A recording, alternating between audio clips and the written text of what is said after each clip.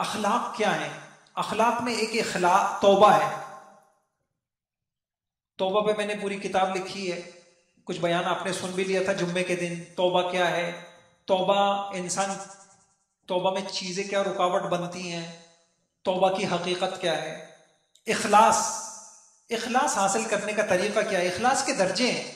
اعلیٰ درجہ یہ ہے کہ صرف اللہ کے لیے کام ہو، اس میں کسی اور کی نیت نہ ہو. کم درجہ یہ ہے کہ آپ کی یہ نیت ہو چلو اللہ کے بندے بھی خوش ہو جائیں، اللہ بھی خوش ہو جائے. اور تیسرا درجہ یہ ہے کہ کوئی نیت نہ ہو، نہ اچھی نیت نہ بری نیت، تو یہ بھی عمل ریا نہیں کہلائے گا. توکل کس کو کہتے ہیں؟ توکل کہتے ہیں کہ آپ تدبیریں کریں لیکن ان تدبیر و نتیجہ کس پر موقوف کریں؟ دوا کھائی لیکن یہ نہیں کہ دوا سے شفا ہوگی، نتیجہ اللہ پر. اس کو کہتے ہیں توکل. ایک ہوتی ہے رضا بالقضاء، اللہ کے فیصلوں پہ راضی ہونا. ایک ہوتا ہے خوف، اللہ کا خوف. پیچھے ہم نے پڑھا تھا نا ایمان کے شعبے خوف ہیں، آج آپ یہ پڑھیں گے خوف پیدا کیسے ہوتا ہے، اللہ کا خوف. تو دیکھیں طریقہ لکھا ہے، روزانہ 15 منٹ 20 منٹ دیر سے سویا کریں. بھائی کتابیں بند کر دیں، مہربانی کریں کتابیں بند کر دیں. روزانہ 15-20 منٹ دیر سے سویا کریں اور بیٹھ کر یا لیٹ کر آپ یہ سوچیں آج میں نے کیا کیا گناہ کیے.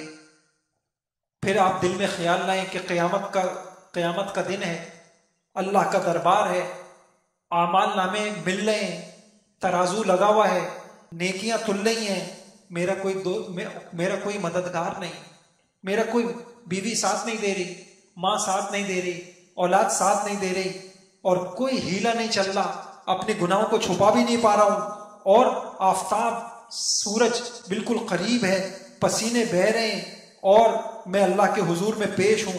اور پھر اپنے گناہوں پہ اب توبہ کریں، اے اللہ میں ان سارے گناہوں سے کیا کرتا ہوں؟ توبہ کرتا ہوں. اور نیت کریں اے اللہ آئندہ یہ گناہ نہیں کروں.